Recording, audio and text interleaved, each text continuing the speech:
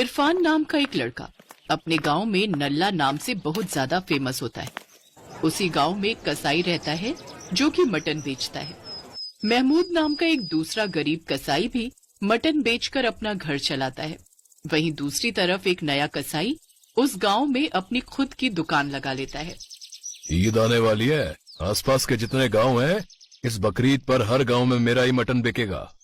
इतने में उसकी दुकान पर ग्राहक आ जाते हैं। अरे तुम यहाँ नए नए आए हो क्या? हाँ, मैं पड़ोस के गांव में रहता हूँ। कितने रुपए किलो दिया भाईजान? बस 200 रुपए किलो।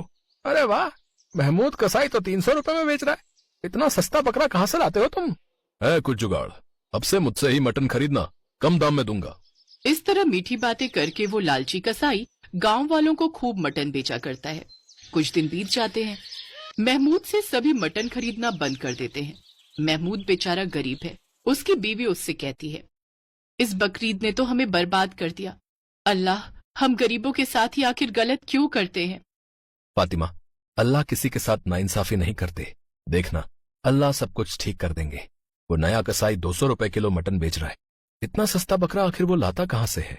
बेचारा गरीब महमूद परेशान हो जाता है। उसी गांव में इरफान नाम का एक लड़का रहता है। वो कोई काम धाम नहीं करता है, इसीलिए लोग उसे नल्ला इरफान के नाम से पुकारते हैं।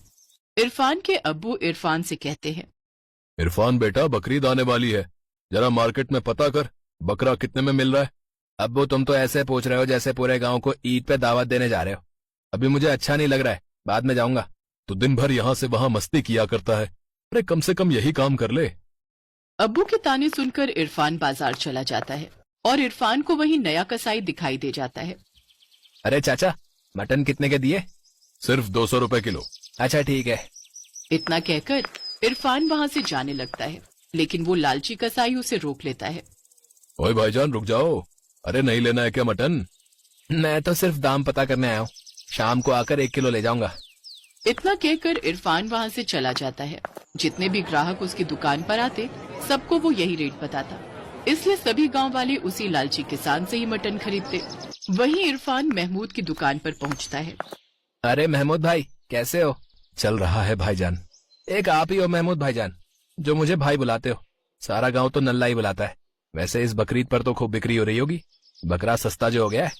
नहीं इरफान भाई, बकरा तो और महंगा हो गया है, इसलिए 250 की जगह 300 रुपए किलो बेचना पड़ रहा है। लेकिन वो कसाई तो 200 रुपए किलो बेच रहा है महमूद भाईजान।